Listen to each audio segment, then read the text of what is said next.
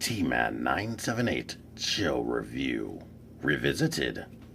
Hello everyone, T-Man 978 reviewing Transformers Generations, Fall of Cybertron, Starscream. And here's something I've never thought of doing. One thing that's wrong with this mold is you can't put the guns on his shoulders or his biceps like the original toys or the masterpiece toys. But if you put them on the wing, you can give off that illusion that they are on his biceps or like his shoulders or whatnot. But I've always liked this figure.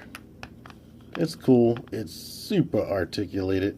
About the only thing it doesn't have is a waist joint because of the way it transforms. Close up on the face. Face looks very good, and as you can see, the light piping is awesome. I have a light up here now. I didn't used to have that, but light piping is awesome with this mold.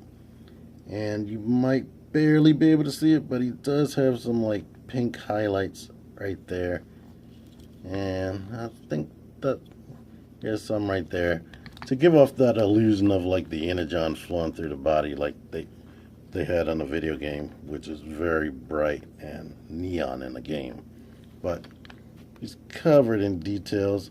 When I originally bought this toy, I bent the knee and this little piece was stuck. I guess it was too tight, and it snapped, so his knee was just all wibbly wobbly. So I'm wondering if that's a common problem. This knee is still tight over a couple years later, so be careful. If you don't feel it bending, put a hair dryer to that or whatnot.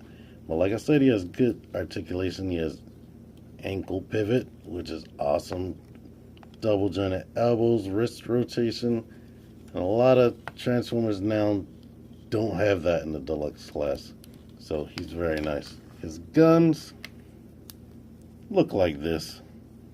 Two guns, but they can merge together. And if you spin this gear, they rotate. Now in the game, basically their whole forearm become the gun. But you could do stuff like this, or have them holding it weirdly like this, or try to figure out your own configuration to make it look like the arm has become the gun now, something like that. But like I said, decent robot mode. I like it. As far as height, he is kind of a short deluxe. A lot of deluxes, even nowadays, are a little bit taller than these guys. He is a smidge taller than classic Starscream. I don't know if you can actually see it, but he is just a hair taller. Transformation isn't that difficult, so I'll try my hand at it. Put feet down like that. Put the feet straight. Lift these up right there. Separate the back. On accordion this straight. Rotate this head and then let it go back. Lift this up, peg it into there, flip these down. Take the arms, put the shoulder in and bring the arms up like that. Shoulders, and bring the arm around. And they actually, you might want to have the hands uniform. The little elbows pegged together. Now we can go ahead and bring this section down, and look at this little spine detail on both sides. Bring that down. The legs peg into this peg right here, which is nice to keep him together in this jet mode. Push the nose cone out, which is a hard plastic and not soft. And now here's this Cybertronian jet thing that has a cockpit, even though humans didn't exist on their planet, and I don't know who would be small enough to fit in here. And as you can see, if it can zoom in on there, it is definitely a cockpit and not just some type of control panel or whatnot. The only thing that faults him is you can see straight through him, and you can see the back of his head right there. Under this way you can see the top of his daggone head, but it's a nice little vehicle mode. You could still put these guns on however you see fit. You could put them in fully merged, or of course separate them. And you could either peg them in here or in the wings. It's kind of easier to put them in the wings. That way nothing bumps. And there you go with this. If you want to see him with the other Hasbro made Skywarp and Thundercracker versions of this guy, I'm going to put a link to the chill comparison review I did.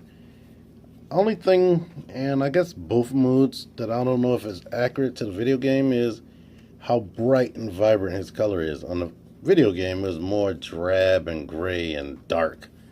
Pretty much like the Michael Bay movies, but I don't know. This could be accurate. I haven't played that in a while, but I don't believe he was this bright and colorful in the video game. So yeah, it will probably help if you played the video game, but even if you haven't played Fall of Cybertron, this is still a cool version of Starscream that's fun, and I know you'll enjoy if you actually search and hunt out for this version of the toy. But I like them. If you like this video, give the thumbs up button a click. Subscribe, comment, share. Thank you for watching. T-Man978 out of here.